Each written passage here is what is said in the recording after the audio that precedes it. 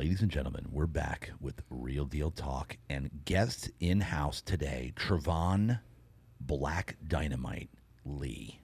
Travon, welcome to the show, bro. Hello, everybody. How you guys doing? Come on. All right, so let's start with the nickname.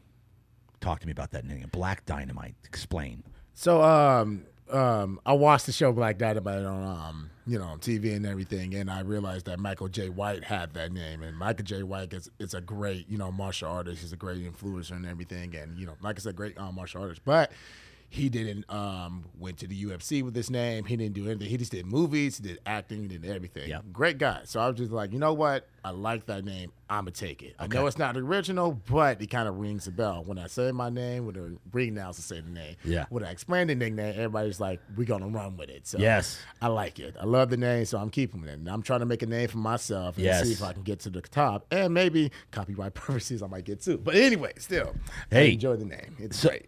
So it sounds like he took it to what other stuff, right? Black Dynamite? Yeah, the movies and the cartoons and everything, Which is cute and all. Yeah. But it ain't fighting.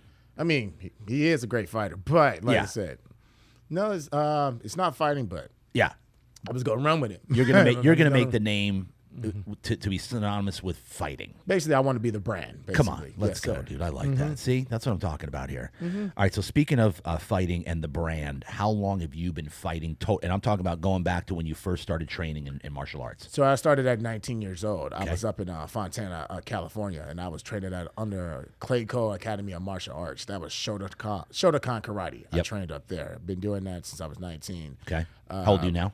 28. 28. Okay, so 9 years. Yes, sir. And trained under Black House MMA in Gardena. Then I caught COVID working for a casino. Then I came down here to San Diego, and I found 10 Planet Jiu-Jitsu.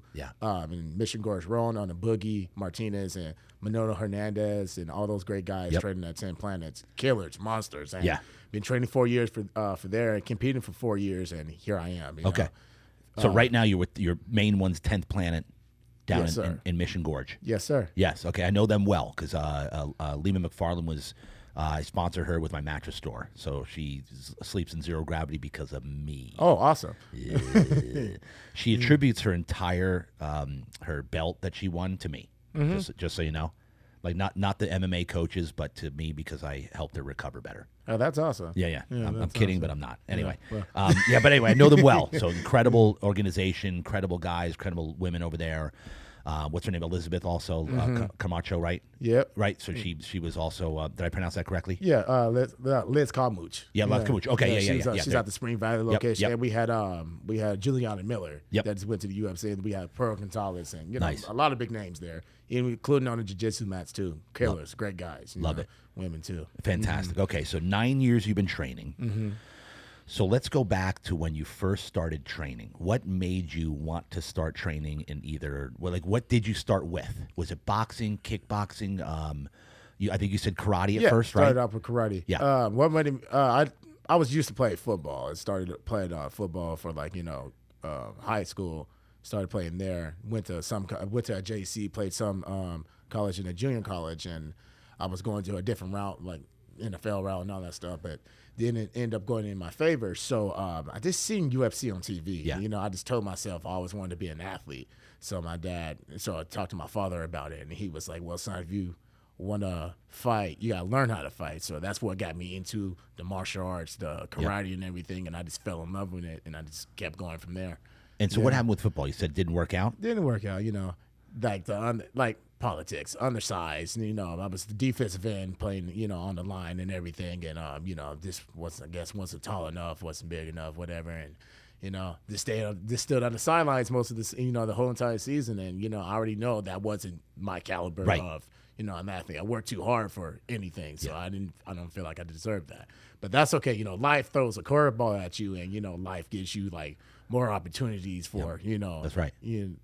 Different aspects. So here I am in the martial arts world, still going, loving it. Love it, dude. And so when you started with karate, how did it progress from there? Like, did you say, okay, cool, I'm digging this. What's the next route I can go? Start grappling? How did it evolve? Well, of course, you have to learn. We all were beginnings at one point. You all have to take baby steps. I was getting my ass kicked a lot. There was there's my great buddy named Michael Claycomb. I want to shout him out. Come on. He's doing a great job in the kickboxing realm at Spar Star Royal Combat, and another one. What was the other one? Fighters Rep. He's doing real great. Guy, I trained with him a lot. So his dad's great. Joseph Claycomb, great guy. They know the Machitas and all that. They're great people. Yep. Started under them. They just kept helping me get better. But once COVID happened, it was just like, okay, now I'm stuck. I had to really find my way back. I had to fight my way back into like the MMA world, because that was something I didn't want to stop. I didn't want to stop that. So Yep. yeah. Okay, so then what would you say you evolved into? Like, what do you like the best? Which art out of the martial arts do you like the best, do you think? There's Which one are you kind of gravitating towards? I would say mainly I'm a striker, but you need it all. Of course. You need it all. I just love fighting. Yeah. I love that. I love learning. I love doing something very difficult, like MMA in general, jiu-jitsu, the Muay Thai, everything's difficult, and I enjoy the difficulty of doing it. Because, when you look at, all these like karate masters, kung fu masters, jiu-jitsu masters, everybody, they went through the steps just like anybody else. Yep. They're basically the men that's going to give me the puzzle to be on that next level, to get to the top and everything. And, I just really do enjoy that. And so your dad said, hey, if you want to fight, you're going to have to learn how to fight, right? How about mom? Was mom all for this or what? Yeah, mom was all for it too. I guess any mom wouldn't want their child going in a ring or, octagon getting hit. But, she said, my mom's like, sky's the limit. World's your oyster. Just, do what you need to do. Enjoy your life and have fun in doing that, And so they were both in favor of this, is what you're telling me. They are. Yeah, no. Crazy parents, right? With a crazy son. Yeah. Yeah. Hey, you came from somewhere. Yeah, I did. My dad used to be a boxer. A lot of people don't know this. He sparred Ken Norton before. And, he forgot who the man was, so he ended up running out the ring because he hit him so hard. And but he was pretty responsible for the victory over Ali and everything. I can say that in history books, because a lot of people don't know that, but these OGs and everything from the Hoover Gym and everything. But my dad came from a fighting background, so it's passed over to his genes, to his son right here. So it was in you. Yeah, you had it in you from birth. Something like that. Things just happen for a reason. So, always. Yeah. So do you think he knew that eventually you might get into fighting? No. No? No. Didn't know. No. But you saw him. Do you remember him boxing when you were a little kid? No. Well, he always told me the stories, and I seen the little plaques on the wall, these little old school plaques and everything. And then he was born in '58, way back in the day. So everything wasn't recorded, but they had have the stories and they have the photos to prove it and all that stuff. So so that was good. And so mom's was like, okay, fine. She was all. Has she been to? How many actual fights have you had? 6. 6. Yes. Okay. 6 fights. 6 fights. How they gone so far? Undefeated. Undefeated. Yes, sir. Oh boy. Oh, come on now. Let's go. All right. So 6 fights. Has mom and dad been to every fight? No. No. No. Well, my dad doesn't want to watch me get hit. And mom doesn't want to watch me get hit. I just show them the fight afterwards. Yeah. And then they'd be like, okay. They haven't been to one fight? No, they haven't been to one. Yeah. Do you want them to go? I do, but then again, I have siblings who have all have autism, so I have 3 of them. So they have to make sure they are taken care of. So I'm not knocking them, none of that, for not showing up to them. Okay. Not upsetting them. I completely understand. All parents are different. That one day it might happen. Yeah. That's not happening now, so that's totally fine. Okay. So you got three siblings. So they're super busy, making sure they're good to go. All the time. And so you live here in San Diego, right? Yes, sir. And where do you live in San Diego? La Mesa. La Mesa. Yeah. Okay. So parents, but I mean, they might be at a fight someday. Yeah. One day. Did they say they want to be at one someday? Don't know. One day. Did you tell them you want them to go?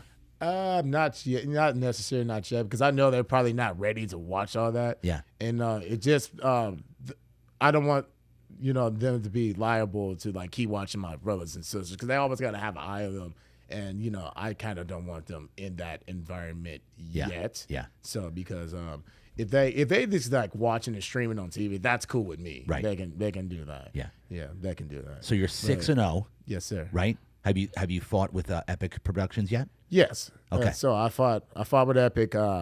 This is going to be my fourth time fighting out there, 3 times, something like that. Yeah, I fought for them. Then I fought for another promotion up in Valley Center. It was called Gladiator Challenge. I Nice. fought up there too. Yeah. Yeah. So And what's your weight class on this one? heavyweight. Heavyweight. Yeah. Okay. And are you the main event? One of them? I got the word from Harvey. Yes, moved up Harvey, to the main event. main Yes. event. Yes, Ooh, sir. man, this is gonna be good, dude. So that's an honor. It's great to main event.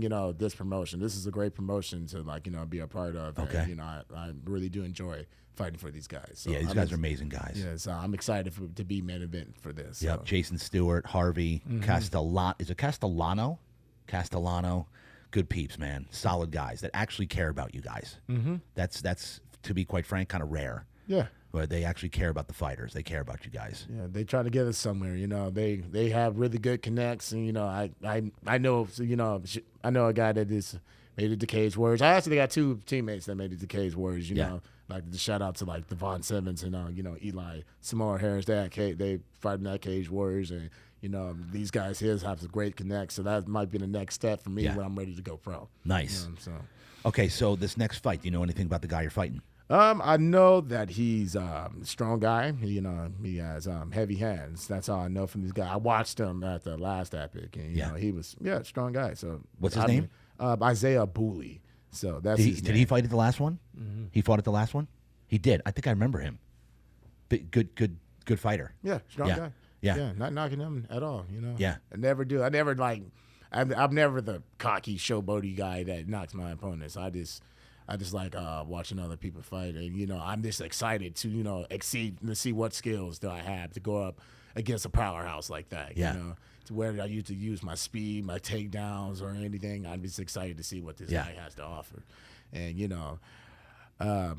I'm gonna try my best not to let him hit me. Yeah. I'm gonna try because I gotta hit him first. He's a strong guy. So. So what's the game plan coming in on this one? What's the overall game plan and mission? Well, my coach always says just be first. Just be first, and just attack, pressure, and there's always take a guy under pressure because a guy like this you can't really slip up. You got to keep your guard up too because he can. I feel like he has enough power, and has enough power to hit you to where he just stops you. The last guy, he stopped him. Yeah, he didn't knock him out cold, but he stopped him. Yeah. See, he has that stopping power. So, just got to strategize with that. So it's going to be exciting. This will be a good one, dude. Yeah, I can't wait. I can't wait for him, man. It's going to be exciting. And so, how much do you love fighting? Let me see. If I was to. I just love it. I was trying to make a stupid analogy, but if I was to scale of 1 to 10, 10 being it's 20.